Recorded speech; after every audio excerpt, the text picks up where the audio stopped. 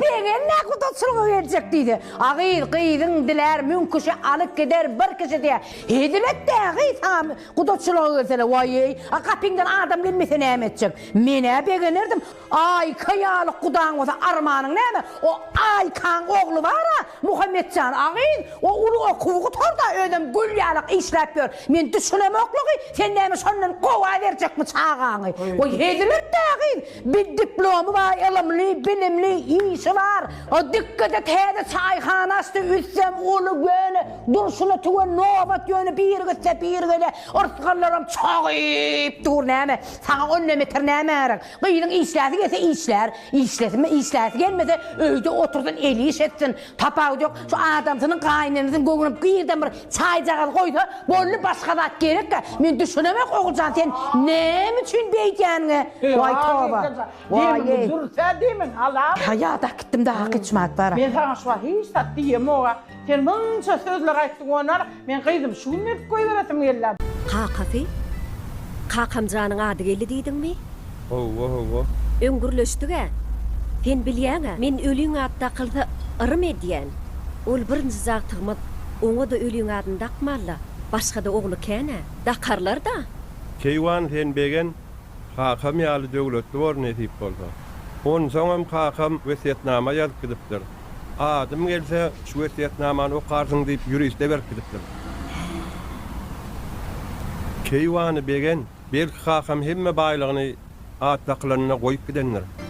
Bugün men habarsyzlyk bilen garaşypdym. Şäher oglanlarym ýertirýän ekene. Yatmasam näme? Näme üçin? Uzak bize bir oğlacık bir ömrüsünde yöne böküp berdi.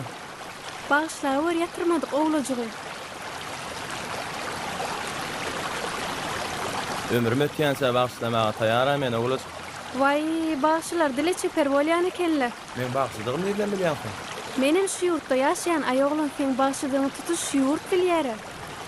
Bağışyň aşyk bolandy kim bilýär? Aşyk oglan. Aşyklyk 90 gün ýaşaýar. Aşyk bağışı. Seňem 88 ýarym günüň galdy.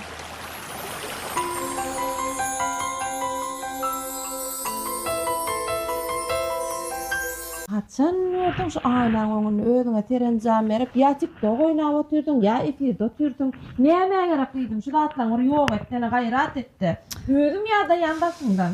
Ece näme işläýnýdi? Näme işleýin? Naşatlyk hädimen, geler şatlygy bir nahar bişirdiňmi? Aç geler ol. Ece men nahara ökde däle, nahara sen ökde bilýän ha? Agyz, Gülsara. Haçan seni gaýanyň ýa-da men bişirmeli, ijak naharyň ýa çöreňi. Seni meni bir maşgalan gelini bolňa. Nesip bolsa çağan bolmaly. Olary teriýe bermeli, janyýdym. O sana maňda sakkyjyň aýyrsana, haçan osa watsyl edip berdi. Ýok et sakkyjyňy.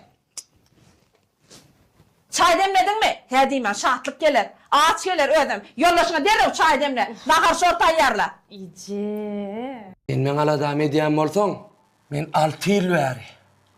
Men 6 ýyl bäri perden söýüsüm gelýär. 6 ýyl bäri men kaka bolasym gelýär. Şeýlemi? Sen perden söýüsüň gelýärmi? Hawa. Men söýüsüm gelenokmy perdendi? Men näme perdendi islämokmy? Men näme elimde çağa saklasym gelenokmy? Men elimdeki zatmy gowans. Hudaý bermese men näme diýin? Barmadyk kapyym galmada.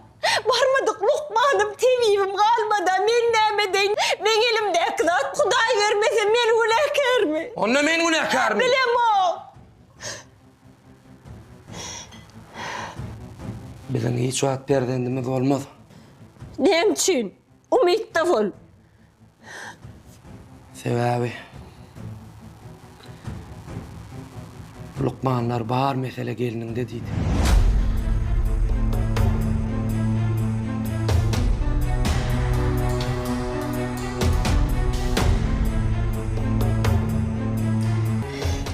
Şu zatlar bilmem. Näme üçin şu çakaçyny aýtmadym? Men şu çakaçyny sen göwnüňe döňmejek boldum-da. Günä menne bolsa. Biderek sen dulun saklap oturmaýyn. Ruhsat ber, gideyin. Dur. Sen ýalňyş düşündüň. Erjen. Ama oğlan gepçiler var ha 2 tane. Gülşat çakan. Hovula kız. Ağabey şu bir yerde adam olsa gepine gelir dağı. Yüzüne bir zat yiyin senden bir zat. Ağı salamlaşıp şimdi uğruna kanayım kıyvatına gelir dağı. Hey tova. Men çağam vururum. Vakşın attın sen üstünden düşürlü. Anam. Dene sen kıyvatın. Anam, Ağabey. ben böyle Vay. oturan ayağım. Ay öyle oturun lan vurun ne gelir. Arçın eylemişsin, arçın beylemişsin. Ay arçın ayağından korkamsın, ayağın arçından korkamsın. Ayımın kapılarından toyup olanak. Ayını ne hemensin. Ona kuda gidip durma. Hani şolun içini yakayıp çıkan sen toy et kuda valla. Şeytan. Şu gurun etmeyeni gep tapmasınlar da gıyın. Şeydi ya Katı işlerme. gep hava gıyın. Men diyene sen ökünmersen gıyın. Goluncuk bizim toymaza oturup gittiler. Ha oturan ne gıyın olur. Günne de gelip oturuyor. Hemme toy öde git ya. Hemme toydu da kıyvat ediyorlar gıyın. Ağın olur son yağlı gıyın. Yönü son yağlı adam gereğim gıyın. Köp da hadi bilemiz o haber. Onun münden getiriyorlar olup nemi haberleri. Onun bilmeyelim hala sağıyın. Umman aydamda. Oğulcan. Ha. 50 gepten belli gep. Men doğruyum aydaymayın, mıs diymen, Mustafa diyeyim men sana. Doğru. Hava. Karız, getin kelte yeri, Hava. ayka sana kudutçuluğu verecek böyle. Ana sana.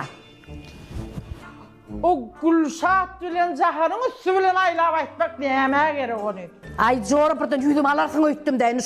Şolun aydan da aktarına men sana ayttım da. Yumuşadı vaydı şimdi sor. Yo yumuşadıp da yani umma şolun senin kıyvatını diyen aydan onun şu gepekmeyene var şu hiç yer gep tapmasınlarla şu çıkar sana kıydığını dağı bir bağışlar çağırıp vüed edip şu bağla atmak son kıyınçeli paylat.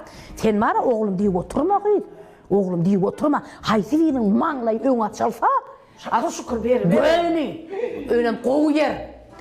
Son yağlı. Şey desem mi kamaydı onunla men? Seyit. Oğlumla ön turmuşa çıkarıvereyim. Çıkar. Onu Gülşat bilen Zahar kurum etmez mi? Olur tüyünüm diyemok yönü sen koğu yer var deyip aydan men. Şu ay kayalı koğu yer tuş. Oğlumla ön kıyıdan çıkarttır deyip men kurum ederim. Etsin ne? İçi yansın. Etsin. Saklama. Koğu yer geldi mi? Gön Türkmençilikte biliyor musun? Gül bek koy veriyorlar. Seyit.